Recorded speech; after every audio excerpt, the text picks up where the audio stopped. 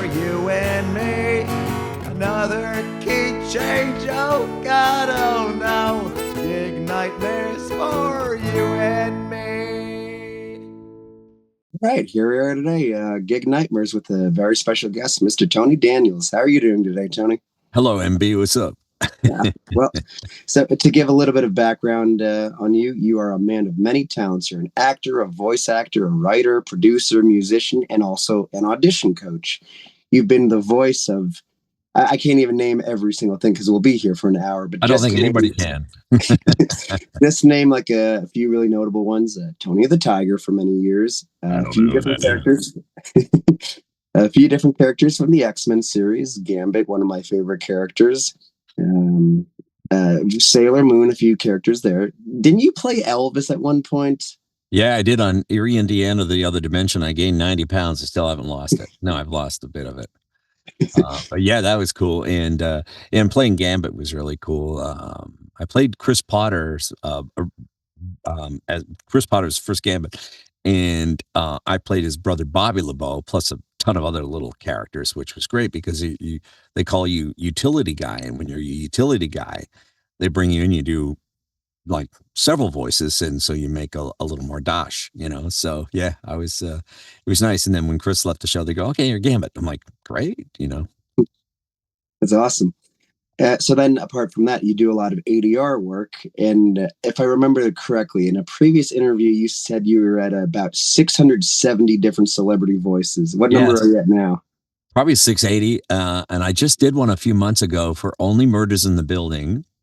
And this is a cool story. So it's already out because I got a bunch of calls, and one of my buddies texted me and emailed me and it's like, "Dude, I just saw a board with you on it." A board is the end credits, and it was a full board with my name and voice of Tony Daniels, Regis Philbin voice, which was great. So when I got to the studio, I met this guy James as the studio engineer. Lovely guy, we're friends. And his wife Alyssa is a budding and really good actor, and so we became pals. But while I was there, we walked in, and producer Jill says, "By the way, Tony, one of the producers who's also a writer just loves your Regis." And I go, "Thank you." And she says, "You don't understand.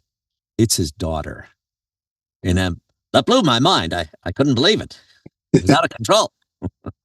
So yeah, that was kind of neat to hear that. And when you're doing it for somebody, it's kind of interesting because I've done like Pacino for Pacino, Sean Connery for Sean Connery, Patrick Stewart for Patrick Stewart. We were at the same agency in LA, and he walked in one day and he says, "Hello." And I said, "Have Wesley Crusher meet me in my ready room. Tell him to bring a wet towel this time." And he goes, "Oh, that's very good." So yeah, he's really nice. And he lives in Brooklyn, which is cool. Oh, wow. I didn't know that. Yep, lives in Brooklyn, near the Promenade, I believe. Because another friend of mine lives not far from him and saw him a few times. So, and he goes, "Oh, you got to meet a buddy of mine." He goes, "I think I might have." So yeah, probably at Rikers. Anyway, so. By the way, I love your story from a few years ago about meeting William Shatner and doing the Patrick Stewart voice from. Did you get the chance to talk to him when we were at Chill Out a few weeks ago? Yeah. And I'll fill you in on a story. So not long ago, I was down in Texas doing a con. And they let us back, and everybody was there. It was great because I ran into a few old friends, including Jason Priestley, who I used to go to the Molson Indy races with. And he looks at me and goes, "I know you, right?" And I go, "Jason, it's Tony from Q107 Toronto." He goes, "Oh my God, dude, we used to get really drunk." I go, "Well, you did." I only had a couple of drinks, maybe 5. Anyway, so yeah, he was cool. And so we exchanged numbers. So at some point I'll go down to Nashville and connect with him again because he's been producing a lot of stuff. But so Jonathan Frakes saw me talking to Bill Shatner for a moment because I said, "Hi, Bill, it's Tony." And he goes, "Oh, hi, it's great to see you." All right, so Jonathan goes, "What were we talking to Bill about?" And I said, "Well, Jonathan, I met him like months beforehand at a Comic-Con in Chicago." And he says, I said, "So, Bill and I were talking." And he goes, "I heard you do my voice." And I said, "I've done it. It's not perfect, but it's a pretty good one." And then, and I said, "But do you remember Celebrity Deathmatch? You remember that, right, Max?" Yeah. So there was an episode, Bill Shatner fighting Patrick Stewart. Captain Card and Captain Kirk. So I, I was telling Frakes this funny story, and I said, so Bill goes, let me hear your Patrick Stewart. So I said, when Bill and I did Star Trek Generations, I was the better captain. And he looked at me kind of like, whoa, wait a minute. And I go, but he was the far better actor. And Frakes goes, oh, you had him by the actor balls. So that was really cool. And so the whole rest of the weekend, every time I saw Frakes, I go, Commander. And then I pulled the line with the, have Wesley Crusher meet me in my ready room. And we gave each other a hug on the last day. And he goes, dude, I got to work with you. I said, me too. So you never know if that'll happen. And so when at Chill Out, I went up the stairs to get some coffee because it was early in the morning and Shatner was there. And I walked around to sit down. I didn't even know if it was him at first, but he was signing a bunch of stuff. Anyway, so I sat down and he looks at me, he goes, oh, hi. Oh, hi. And I said, hi, Bill. He goes, it's been a while. I said, yeah, good to see you. So, I didn't talk too much because I know he was signing, and it's a pain when people are talking to you or signing and put the wrong thing in there. So that was really cool. And then Sean Drover from Megadeth, who's from Montreal, Canada, we hit it off. And Sean and I were sitting talking to Alec Baldwin for like an hour. That was really cool. And then also the guys from Chips came in, Eric Estrada, Larry Wilcox, is a lovely man. They're all lovely. And Robert Pine, who I'd met a couple times. And Robert came up, he goes, hi, how are you? And we were talking away. And I said, one day I got to jam with your kid, Chris Pine, right? So then Shatner sees me, he goes, oh, hello. And he says, yeah, hi. He says, what's your name? He says, Robert Pine. He goes, yeah. We worked together. He goes, yeah, we did a commercial together. And he says, and my son? He goes, who's your son? He goes, Chris. He goes, Chris. Chris. And he goes, the other Captain Kirk? He goes, oh my God. So it was one of those moments. And then I ran into Gene Simmons, who I thought you would like. So Simmons comes out and he goes, oh, hey man, how are you? And I go, good. And he fist bumps me. He goes, how long has it been? I go, 34 years since I saw him. He goes, oh, wow. You look younger than me. I go, well, I did then too.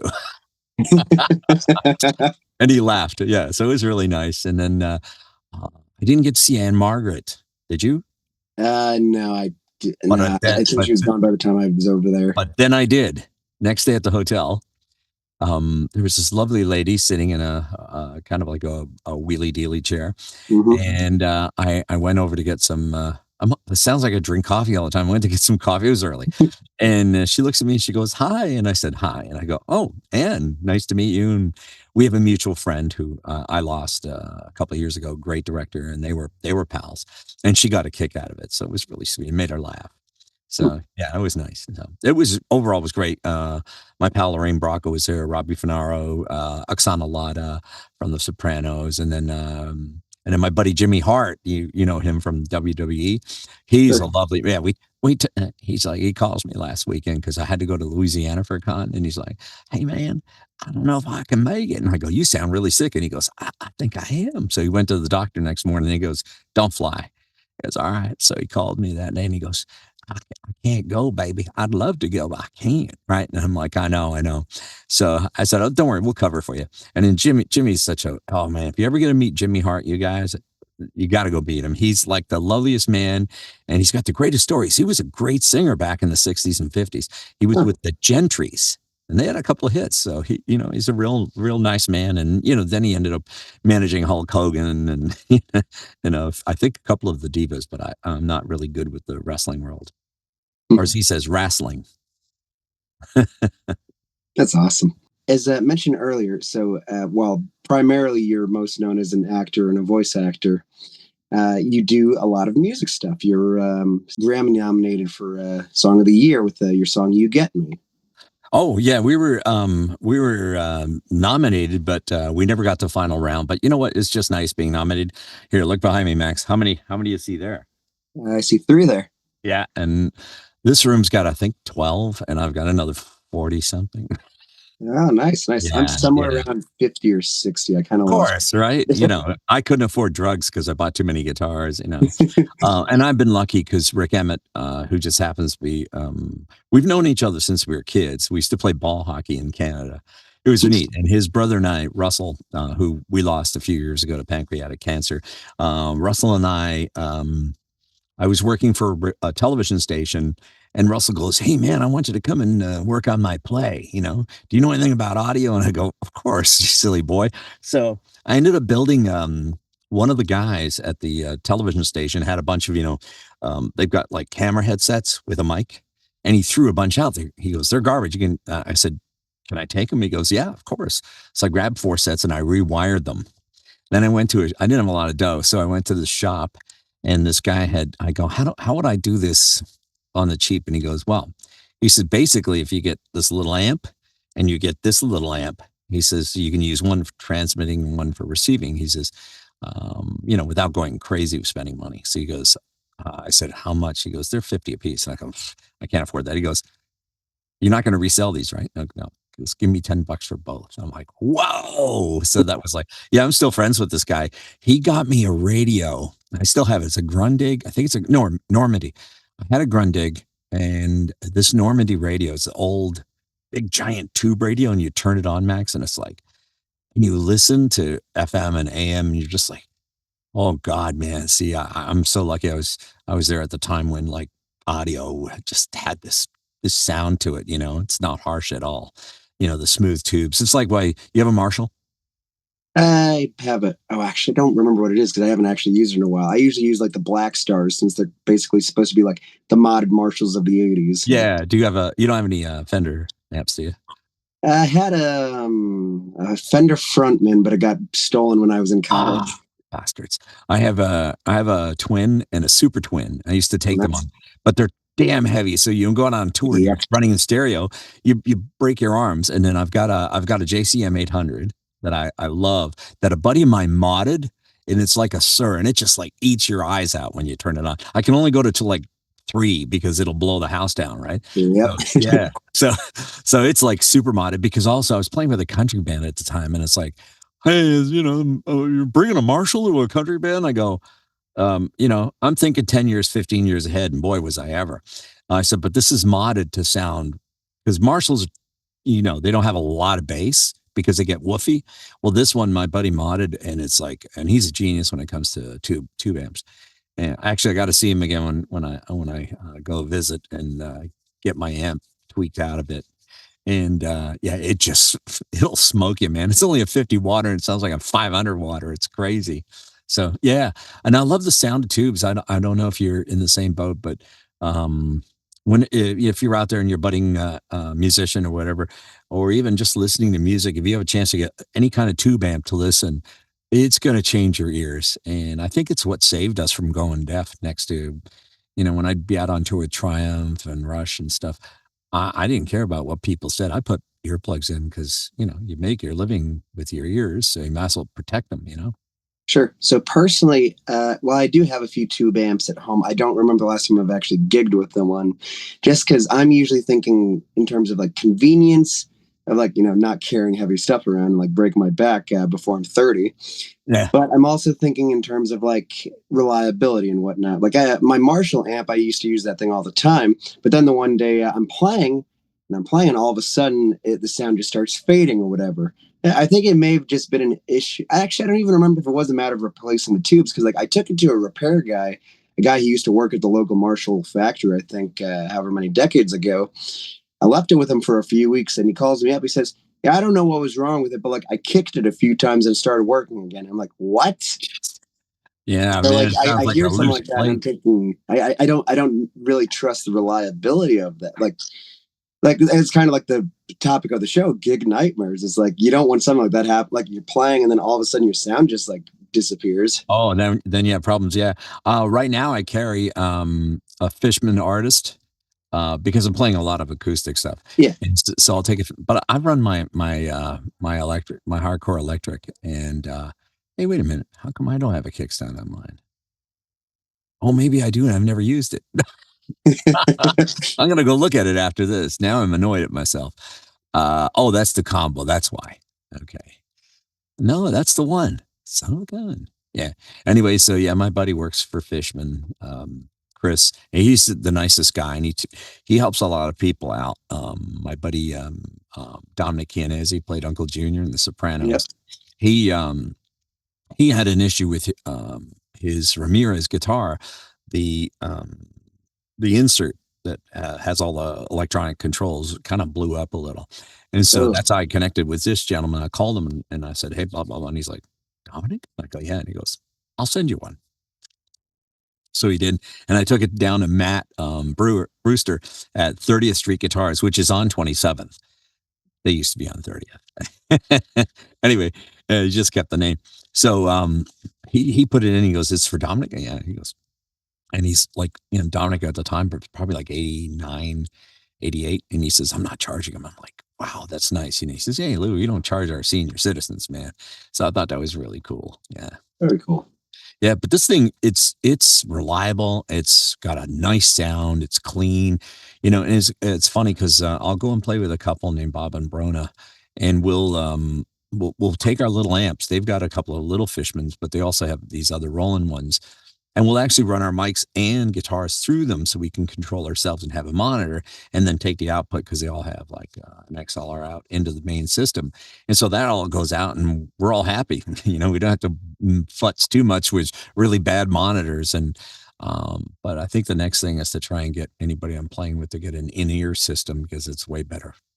Oh, I love them. Oh, so with the topic of the show, gig nightmares, a lot of the stories that people come on here and tell, whether they're funny stories or a lot of them just tend to be the idea. It's a bit of the consistent theme of like, okay, you run into challenges, whether it's with live music or, being an actor, or anything that just falls under the umbrella of the arts. When you have a challenge, what do you do to get through it?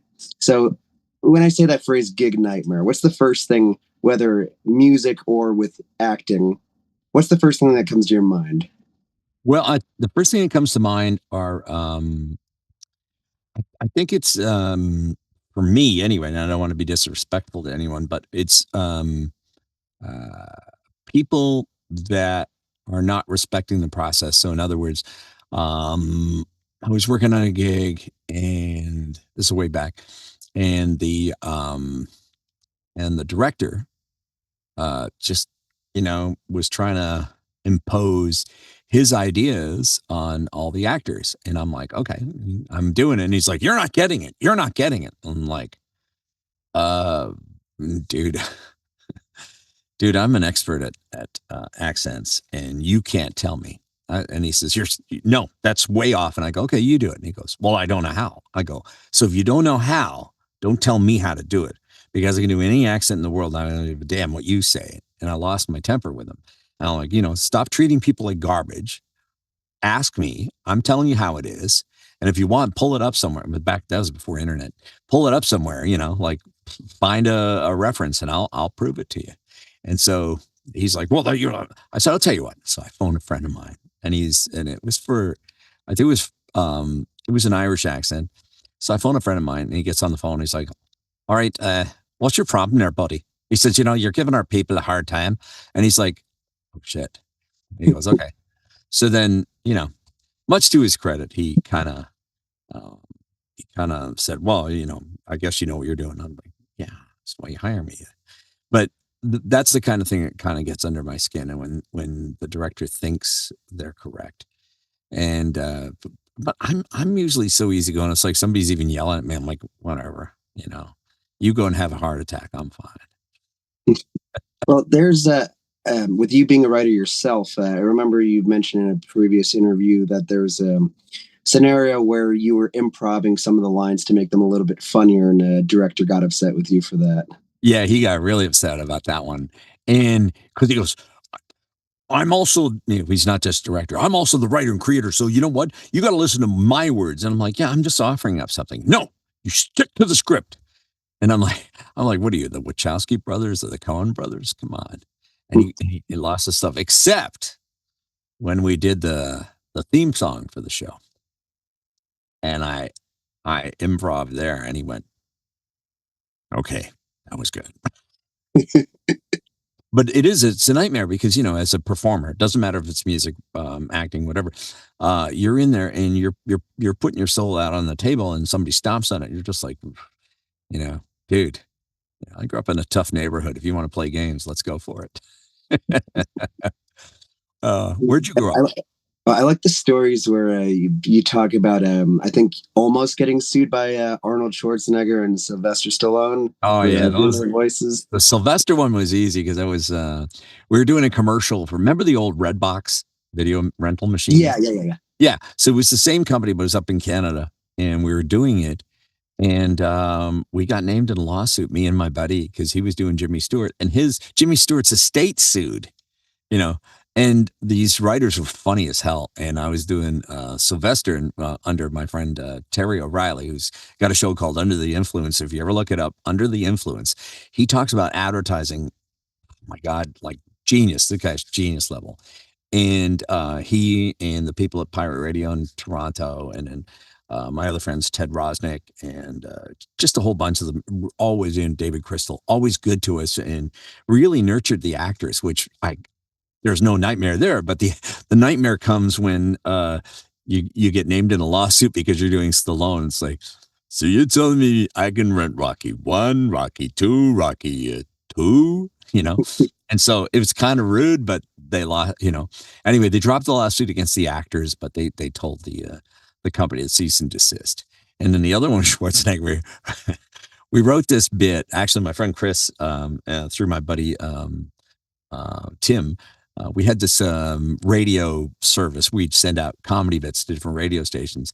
And this one was really cool because the guy, Chris, wrote this bit about Orville Schwarzenegger's gourmet popcorn. And it ran on the air. And I got a call, and so did Tim, about this guy. Hi, I'm a lawyer. I represent Arnold Schwarzenegger. We want to cease and desist and blah, blah, blah. And just like, geez, it's just a comedy bit. And the guy goes, well, you guys have to pull it. So we pulled it. And then he says, and we need one other thing. And I'm like, oh boy, what's this now? And he goes, listen, here's a number. We want you to call it once, leave a message in the Arnold voice, and don't ever call there again. I'm like, okay, so dial in, and I hear, hi, we're not able to take your call, and blah, blah, blah. I'm like, holy crap. So I go, yeah, hi, it's me. Listen, dear lawyers, they don't want me calling you. This is going to be fun. And then I hung up, and then I got rid of the number. I'm like, why did I get rid of the number? But, I have to be honest. Yeah. And it's funny, too, because I had this really cool parking spot. Here's a fresh one for you. I don't think I told you this one. I had a cool parking spot at Sony with my buddy. We were writing music for different little, I think at the time we were writing music for MGM for their film library. And so we're rewriting all this music because they couldn't use it, on the acetate had worn out. And anyway, so I had a great parking spot at Sony Films for like months. And one day I drive in, I'm like, this guy's got my spot. What the hell? PO'd. So I drive around the corner and there's an empty spot. So I pull in and this guy toots his horn. He goes, excuse me, man, that's my spot. I go, oh, I'm sorry. And he goes, how long are you here today? I said, the whole day. He goes, you're in a little car there. So why don't you pull up to the post? So I pull up right up to the post. And he says, I'm only staying for a couple hours. So yeah, you can park here. And I said, oh, thank you. And he says, how long do you need the spot for? And I said, I don't know, because I've been parking around the corner at they have these little writers' rooms. That's where we had a little studio too. And I said, we're in there writing, and then we go across to the mix studio. And he goes, well, if you need it, I'm going away to do this movie for about a month. So I'll let Phil know you're parking. And I go, oh, thank you, Mr. Holy crap, you're Jerry Bruckheimer. And he goes, yeah. He goes, what's your name? I said, Tony Daniels. What do you do? I'm an actor. And he goes, are you working? I go, yeah. He goes, not for long. I go, what? And he goes, no, I'm kidding. He says, look, Tony, just use it as long as you need. I'm like, oh, thank you, Mr. Bruckheimer. So I get around the corner and there's a guy getting into his car at the spot where I'm like, I'm going to unload on this guy. He turns around and he goes, is this your spot? And I go, Mr. Connor, yes. And he says, well, I just need it for a few more days. Is that fine? I go, yeah, Jerry Bruckheimer let me park around the corner in his spot. He goes, oh, how's Jerry doing? So that was really cool. And then I think there's a friend of mine named Brett Erickson who passed. He was the voice of, Buffy the Vampire Slayer. So he was the guy doing all that stuff. And we were at the same agency in LA. And he had this young friend who used to hang out and write music. Really talented kid. And he goes, hey, listen, my folks are having a party and they're both directors. I'd like you to meet them. And they're in Altadena. So we drove up to Altadena and she says, my son says you do a good Sean Connery. And he'd heard about this story. And I go, yeah, I think it's pretty good. It's not great, but no, she goes, let me hear it. So I started doing it. She goes, hang on. She's, what are you doing? She goes, I'm calling him. I go, what? Didn't my son ever tell you who his grandfather was? I go, Sean Connery. She goes, no, his best friend, Robert Shaw. I'm like, no way. So yeah, so she put me on and she goes, it's his voicemail. Leave him a voicemail. I go, yes, it's me. I'm with Deborah. Please don't you dare take my parking spot. And so apparently he called her back and said it was hilarious and loved it. He goes, I know who the guy is. I took his parking spot. That was kind of cool. Those are the Hollywood stories you can't just get, you know. And it's funny because here in New York, I don't like I see people on like Friday night, I was at the airport and I saw Brendan Fraser. Wow. Yeah. And I just saw him at the corner of my eye and he's standing like right here. And I said, hi. I said, I've always wanted to meet you. And he says, I said, it's nice to meet you. And I said, he said, what do you do? And I said, I said, well, you lived in Canada for a while, so you'll know this voice. He goes, voice. And I go, yeah, listen. I go, it's your lotto 649 happy. And he goes, oh my God, I know you. I go, yeah. So he was real nice dude. If you ever meet him, just everybody out there, if you meet him, he's like the sweetest man. And I don't like to bug any, you know, Max, you've never really seen a lot of selfies with me, right? But I was walking by him and I go, hey, Brendan, would it be okay to have a selfie? He goes, yes, but I go, you have to let me take the picture because I want to show you the settings. And he took a great photo. I wonder if I have it. Let me see if I have it while you think of another question to ask. Yeah. I knew you would just have a bunch of great stories to tell. I have some, you know. Brendan. So a question I was going to ask, because like I have the utmost respect for actors and voice actors, because like they just make so many of our childhood, etc. memories. Like one of my favorites, getting to meet about 2.5 years ago, was David Hayter, who does the voice of I love David. Solid Snake in the Metal Gear Solid series. Yeah, David. Oh, he's amazing. And we met up in Saratoga. There was a Saratoga Comic-Con, and we met up there. And I was born in Canada, and so was David. So we bonded. That's why Brendan and I bonded. Here we go. Watch this. Oh, look. That's awesome. Yeah. So he goes, here, I can't even see what I'm doing here. Cause you know how you move your camera the wrong way and up and down. There we go. So he took the picture. Yeah. It was kind of cool, man. So yeah. David's, man, he's one of the nicest guys. Yeah. And what was it like for you to meet him? I mean, it's the same sort of thing where like you just meet like a voice that you've just been hearing for so long. It's like, that's the guy. You're the guy. You're awesome. Like more or less every voice actor I've met has just been one of the nicest, most humble people. Usually. Leads me to wonder, are there any, like there's plenty of big name actors out there that don't have the best reputation, but in terms of like voice actors, and obviously you don't need to name drop. There's a couple. Like working with different people, have there ever been any like contentious situations? No, but I have some funny ones because there are, but we don't need to get into it. But there was a funny one when I first started in the business. I was like 40 years ago. Anyway, there was a guy, well-known Canadian guy, and I go in. He goes, "Hey, nice to meet you. So yeah, you're going in for read for this." He goes, "What I heard was they're looking for a Polish accent." I go, "Really?" "Yeah." I go, "Oh shoot, I read it wrong then." He goes, "Oh yeah, you did."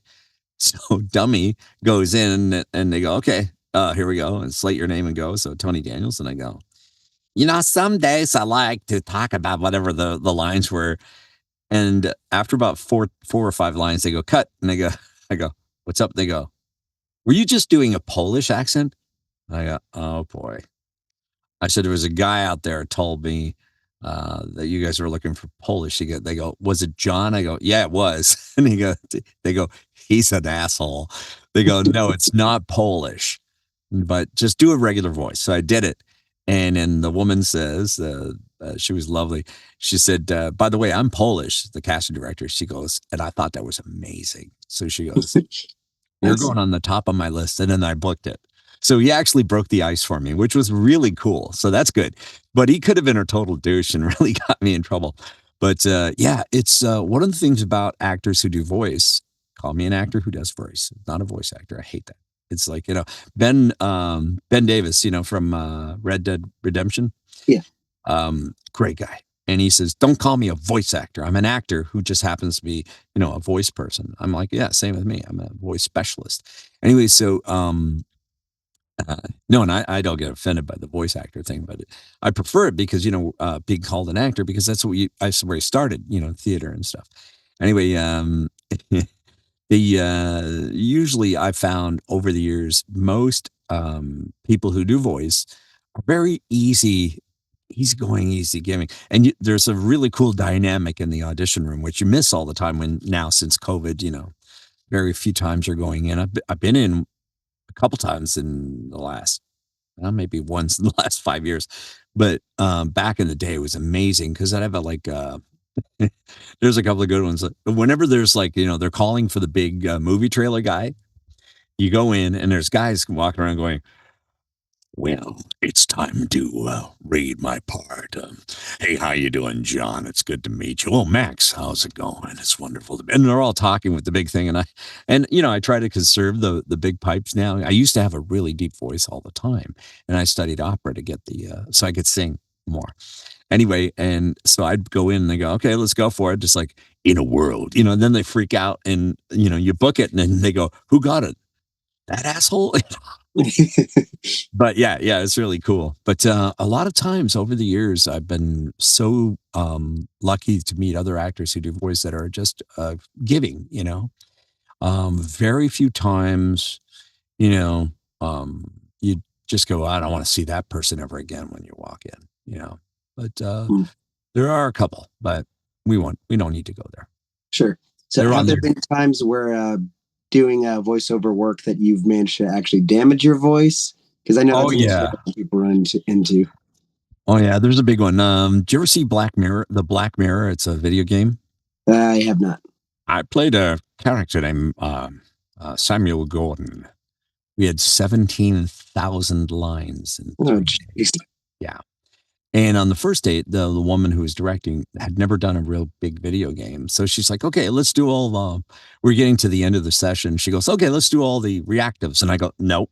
And she goes, what do you mean? No. I go, do you want me to work the next day or two? She goes, why? I said, that's when you blow your voice out. We're going to save them for Friday. We'll do all the dialogue, then we'll do reactives, And she's like, oh, I guess you know better. And thank God, because after Friday, I couldn't speak for 3 days.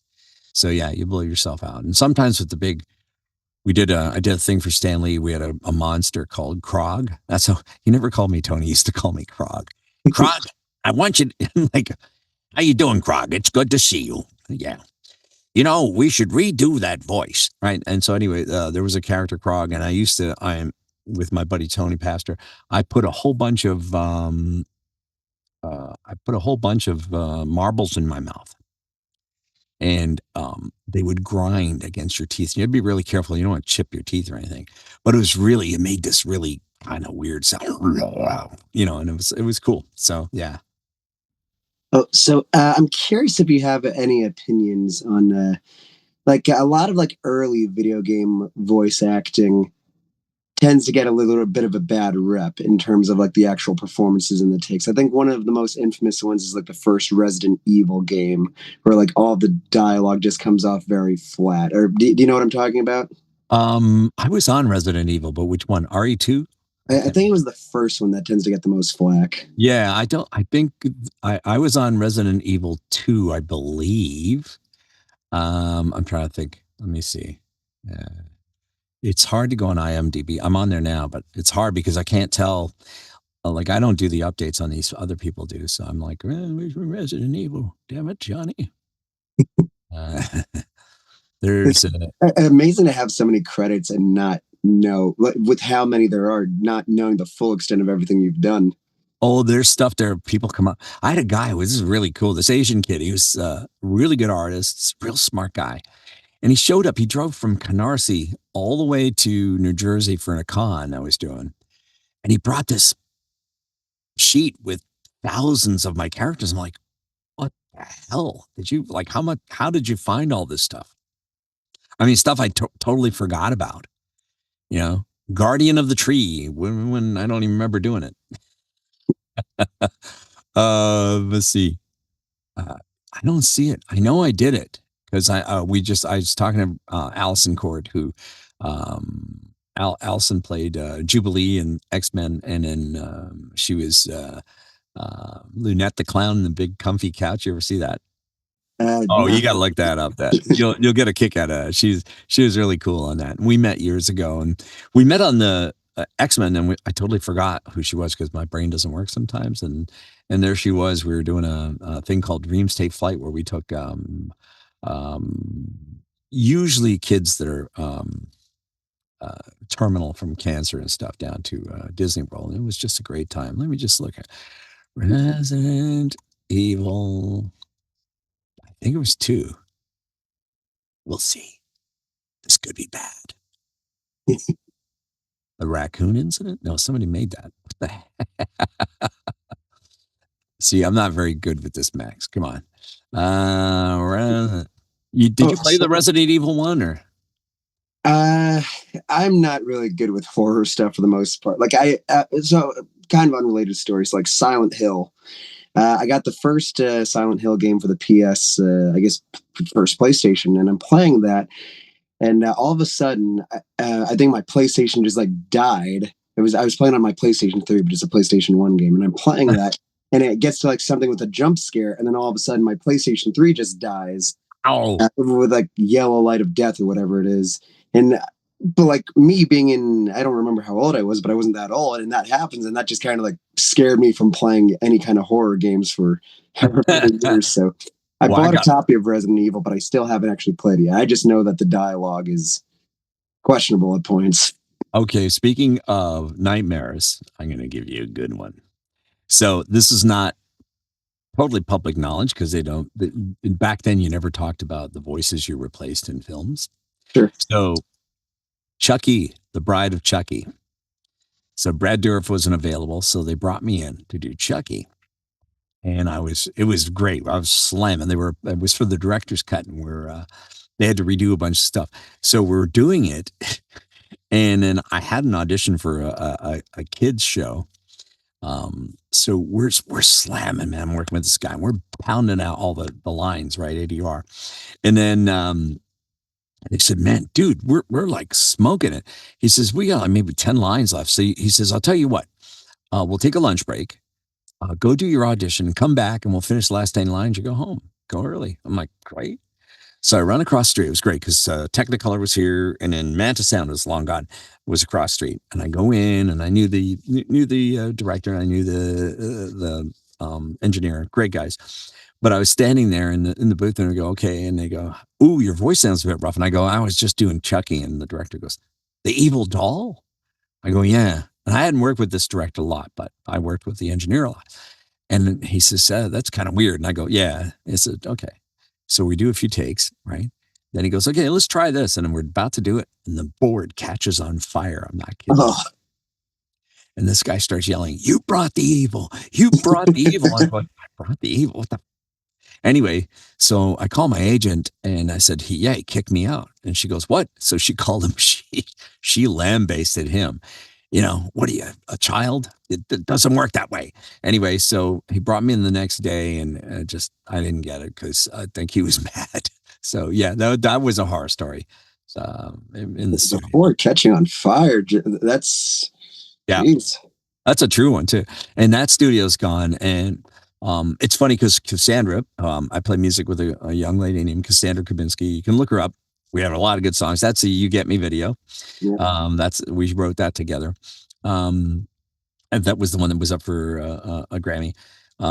So she was like friends with Billy Joel.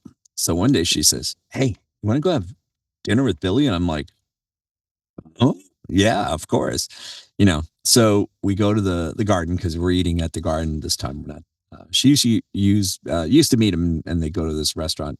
We're almost where I lived. I thought it would be great because there's just a walk downstairs and it's right there. Anyway, so she goes, "No, we're going to the garden." So we go to the garden, and I think he was kind of like, "Yeah, so what's your deal with her, man?" I'm like, "Oh," I said, "She's like my little sister." And he goes, "Oh, really? Okay," because I think he was interested in Hmm. her. Anyway, so we're sitting there, and Billy, we're talking, we're having a great time, and Billy goes, "Hey guys, I got to talk to my old manager, Harry." We're like, "Cool." So they sit down. I'm looking at Harry. I go, "I know this guy." So, and this was that studio I was just telling about, the one that caught on fire. So we had a network show called um, Command Performance, and we had everybody there, Mellencamp, you name it. Uh, just people came in and did a live show across, North America, and it was fantastic. So I hear Tony, and I go, "Yeah, Bill." I get to say Bill, right? And he goes, "Harry knows you." And I go, "Yeah, Harry, who'd you work for after Billy?" He says, "Mellencamp." And I go, I talked I hooked you up with my boss for Command Performance. And he goes, "Dude," he says, "Billy, this guy made me 30 grand in like 1 hour." And Billy's like, "Where's my money?" So yeah, it was really cool. So, and then Harry, it was the weirdest thing. We were trying to talk to him about, Cassandra called him, because he said, "Hey, listen, I'm also a photographer. I'll come and do your photos for your live band thing." And we're like, "Great." So we called him because we had a show, and he doesn't call back. We're like, "Oh, okay, maybe he was just being nice." And then we're watching the Grammys in memoriam, Harry Sandler. Oh yeah, like freaky. Another nightmare. Hmm. I do have some nightmares, but I can't find them all, Max. It's sad, really. Hi, it's me, Yeah. Bill Clinton. Nice to be here. So, a question that has been on my mind for a little while. Obviously, we've been seeing what I kind of view as an unfortunate rise in like AI in the arts. I say unfortunate because a lot of times it gets used instead of like using it as like a creative tool to help you with Well, that's it. editing or whatever, where it's just entirely like replacing voices or musicians or anything like that. But at least it seems like you're still staying pretty busy. How so far has AI been affecting what you do? Oh, it does affect because and then you have now you have the people that use it as a tool, which you said is correct. It's fine. Anything that's used as a tool and doesn't replace the human, which I don't care what anybody tells me, it'll never be able to replace the emotions because we're complex. I mean, one of the things that I was describing is like, the human nature, is you look at it like even though this is a character, we'll just call it a character rather than real person. You look at a Hannibal Lecter. He could be talking to you in your face and, you know, extolling wonderful things about you. And at the same time, think of how to dismantle you. And that's what the human psyche can do. You can love somebody and want to kill them at the same time. It's kind of a weird thing. So, the computer will never have those emotions. And the reason I know this is because I know they've AI'd a couple of things that I've gone in to actually do, and they do it for timing purposes. So the AI does not have, it would take too long to get the right emotion. It would take so I'd ask them, there's a bunch of lines they put in with AI for timing. And I said, by the way, how long did it take your editor to do that? And they go, a couple hours. I was done in 7 minutes, 6.5 minutes. We're out of there. So, yeah. And then that's the thing. It's fast. Sure, it's great as a tool, but it can't replace the human except did you hear about the number one country music song right now? Yeah, I just heard about that. That was it's And ridiculous. it sounds like garbage anyway. I heard it. Somebody was telling me about it. Then they played it for me. I'm like, you can actually hear it. It's horrible. The lyrics are all stolen. And Lenore played Rogue. We were at a Stan Lee thing in Wyoming, and some kid brought it up. What do you guys think of AI? And I'm like, Lenore said her thing, and she goes, Tony, and I said, Lenore's right about everything, and I just want to add that to me, AI stands for two things: absent imagination and acquired information, because it doesn't create anything. You know,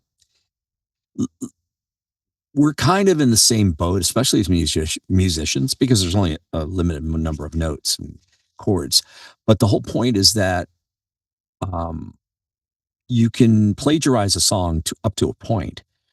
I'd rather be influenced by a song rather than plagiarize and lift, verbatim. You get an idea from, and you get enticed and charged up. Like, I don't know. What's your favorite song? One, it's an impossible question. Right. But like right off the top of my head, I'll just say, I don't know, In the Court of the Crimson King, because I love those melodrons. Love that. So to get excited about something like that, right, would be go, I want to write something in that vein. I don't have a problem with that. You're not, as long as you're not stealing note for note, but you're getting influenced, Same with, for me, there's like a million artists that I love, and in fact, there was a movie, I had to write a track for a film, and this is the weirdest thing because everything comes around in circles, trust me. And it was a song Delamitri had written, and they go, we want to base it on this idea. So I'm forced, because they didn't want to buy the song off anybody. They wanted something similar, but not exact. And I'm like, wow. So you're forced to write like that, be influenced by that, and you change the keys and you change the structure of the song and you change, but the influence is there. It just gives you that, oh, wow, there's a place to go with my choice of whatever lines I want to use. And because there are only so many notes, it's not really stealing, because you're not going, oh, blah, it's going da da da da da da da, and you go da da da da da da. That's stealing. But if I go da da da da da da da, it's different. So it's an influence anyway. And that was my point, was that getting influenced is one thing, and that's why AI will just actually lift. It can't go, all right, there's da da da da da da, and go da da da da da da da da da da. It won't do that. It just lifts it verbatim. So that's the problem, And because they made it, they made it without you can't you can use AI and not be charged with stealing, because they made it, public domain. Yeah, like a good example, I think. Back in the late 80s, when you had the band Kingdom Come, and everyone basically kind of wrote them off as like a Led Zeppelin sort of clone. Now, granted, I guess the popularity of Greta Van Fleet somewhat negates that argument. But at the same time, when the very first band to do something like that, Kingdom Come, was written off as a knockoff because, well, people don't want a knockoff. They want something new. So, like with AI, if you're writing something that sounds like, okay, you put into, I don't even know how the prompt programs work personally, because I've never wanted to do that. But if you go in there and say, okay, I want a song that sounds like Depeche Mode, but with like a techno beat or something. Well, I mean, people might, it's not a genuine creation. It's just. Yeah. Again, lifted. I mean, you can actually, if now let's say your brain's stuck. I mean, you're going, I got to create something. I don't know what to do, because you get that as a writer's block. Then you can go and if you want to pull up whatever chat something or other and go, I really need to, I really need a muse. It's like remember the days you I'm not a great keyboard player, but you get a synth and it would be like your muse, because you go, oh, look at these sounds, man. I can create something really cool. That's fine. And then that's the same way you could use these AI programs to go, I just need an idea to get going. Like the hardest thing to write a song to, I always find, is the very first line, because you can put anything down, but it's nice to go, wow, this line is perfect. This is exactly where I want to start. And that's, and you could get turned on by an AI to write your first line or write your 15th line or whatever it is. And it's an influence, as long as it's not stealing from somebody else's line where it's word for word and stuff. And obviously, as a human, you will eventually, it's the old, was it 100 monkeys in a room and let them get away? So you will cross paths with somebody else's song. I know I've done it. I've got a song out there called These Times that Gary Troy is singing. I'm playing all the instruments, and it's on YouTube. You could look it up. It's by a fake band called Black Rock Bodge. And the reason I call it a fake band, because it's for a comedy show I wrote. And my buddies were like, well, write comedy songs for it. And I go, that's not funny. What's really funny is if I write it for real, an Irish rock band that's no longer around, and make it real. And that's what we did. And so we recorded the songs, and they're really good songs. But the first one, These Times, the influence was from a band out of Ireland called Aslan. It just Christy Digman, just absolutely beautiful band, and you just go, wow, this is great, you know. And there's also the Pogues, and you know, the Cranberries, and a whole bunch of people. But that was a real influence. When I first heard it, I was like, my God, these guys have some style, you know, and technical prowess. I liked it, you know. So and that's kind of where I draw the line with AI. If you're just using, like, there's some guy who was at a music meeting on was it last Wednesday, and he was using AI to actually write songs. I'm like, well, you're not a writer, dude. He goes, well, no, I wrote it because, you know, I used the AI to write it, and I put the prompts in. I go, but that's not writing, No. you know. And you're not in the artistic process. You're in the technical process. Is that art? Maybe to you, it's not to me, and that's my opinion, and you're entitled to yours. It's funny. I keep seeing people on social media saying, "Hey, this person stole my prompt." And how do you steal a prompt? That's just like in a sentence of letters and words, and that's not intellectual property. You can't steal a sentence. No, and I'm worried because, you know, of all this fakery that goes on, you know, and especially with, you know, creating wacky news stories. I mean, it's all, I almost hate going now on like Facebook and stuff, because, you know, Yep. every other story, I just pulled it up for now, and they're all fake. You know, they're talking about this politician's doing that and that politician's doing that. And then, so that takes time out of your life. Why? Because now you got to go back and check it. You got to go and go to Snopes, and is this a true story? Because you're going like, why is this happening?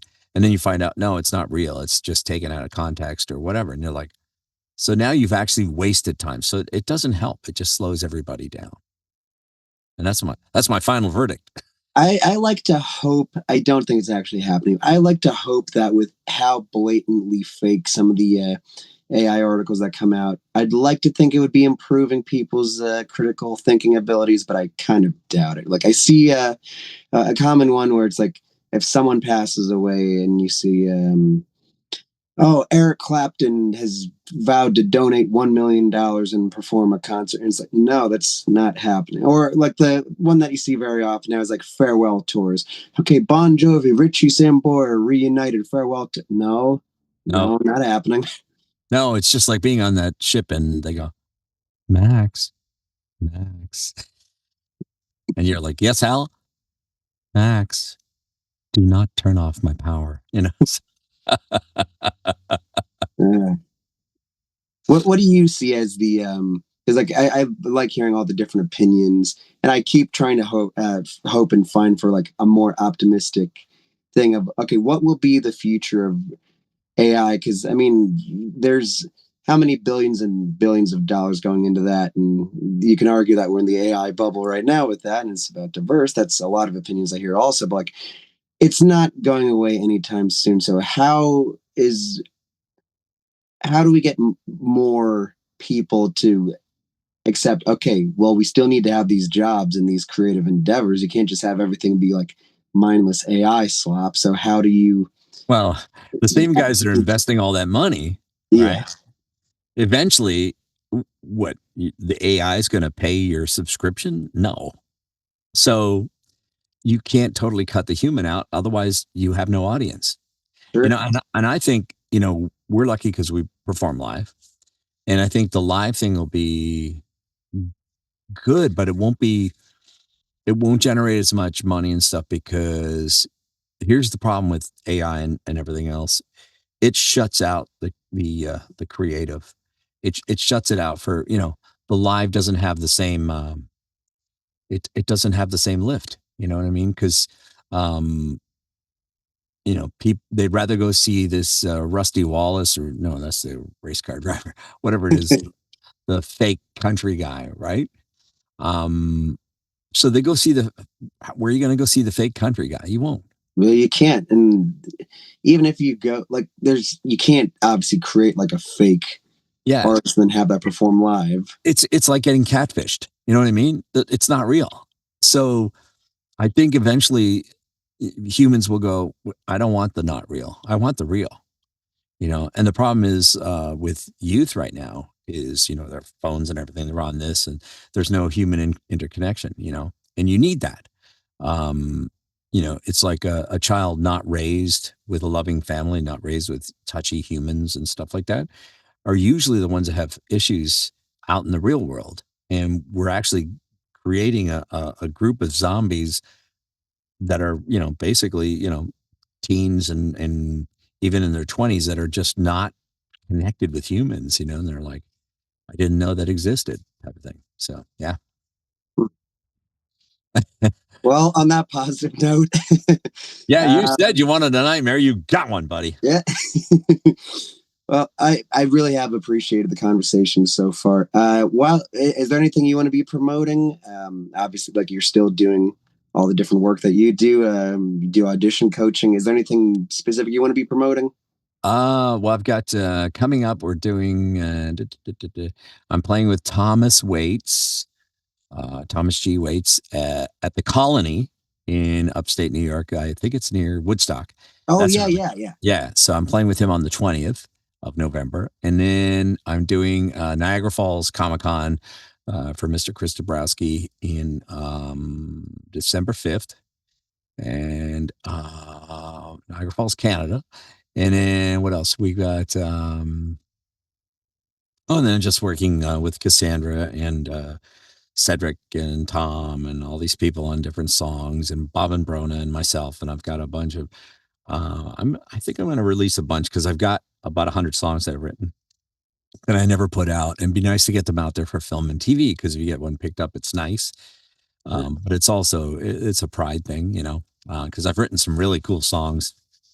So I want to get that out there. So Very cool. yeah. It's at the 20th, right? That's going to be it's a Thursday. Yep. All right. I'm going to try to get up there for that if I'm not. Yeah. I'm playing Friday, Saturday down in like Pennsylvania, New Jersey, but I think I might have Thursday. That'd be fun. Yeah. And you'd like Tom, you know, and the band it's all original pretty well, except maybe a couple covers for that night because I think we play longer. And it's really cool. We just finished we did a screening of his film The Thing. You know, John Carpenter's The Thing, Tom is in it. Mm-hmm. And we did a screening and we played right after in this gallery downtown in New York. And it was great. It was fun. So yeah, that's the key. So the first time you mentioned that name in a previous interview, I was thinking, wait, Tom Waits, like the guy with like the gravelly voice. I like my town. They're actually friends, you know, because you know, right? yeah, they had to meet and they like each other. So yeah, I've never asked Tom if he's ever been influenced by Tom Waits' music, but maybe I'll ask Tom Waits if he's influenced by Thomas G. Waits' music. Good question. Yeah, and of course, you know, I always like this stuff with, you know, Joe Walsh primarily because, you know, the Warriors that Tom was in, you know, he played Fox. Was one of my favorite movies of all time. So the music was great by Barry Dvorak. And so that's kind of cool. Yeah, that'd be kind of cool. So awesome. Thanks, man. I just wanted to say thank you so much for being a guest here on Gig Nightmares, and thank you for everything you do. Thank you for keeping I usually say as my tagline, thanks for keeping the music alive, but thanks for keeping the music, the movies, the shows. Thanks for keeping it all alive. Thanks, Max. We never got to any of the music gigs. Oh, well, I mean, if you have those stories. Let's see, Gig Nightmare. I was like 12 years old. I was performing in front of about 18,000 people. And it was an outdoor fest. And the guys I was playing with were like 30 and 35 years old. I was like really 12, 13 years old. And it was raining. It started raining. And I still have this guitar. It's a Hofner. And I touched the mic and I went down. It actually broke part of the guitar. I almost got electrocuted. Oh yeah, I went down hard. And everybody's like, what the hell? And you heard it out in the audience. Right now, when the kid falls down, everybody's freaking out. And I got up, I go, I'm okay. My hands were like, ugh. Yeah. So yeah, that was the first gig nightmare, you know. So yeah, it's crazy. There we go. There you go. I've got more. We'll do that again. All right, sounds good. Well, again, thanks a million for being a guest here. Thanks for keeping the music alive. Thanks, Max. We hope you enjoyed this week's episode of Gig Nightmares. Gig Nightmares is an independently produced podcast made possible by the support of listeners like you. If you enjoyed this week's episode, we would appreciate if you left a rating and a review for us. Gig Nightmares.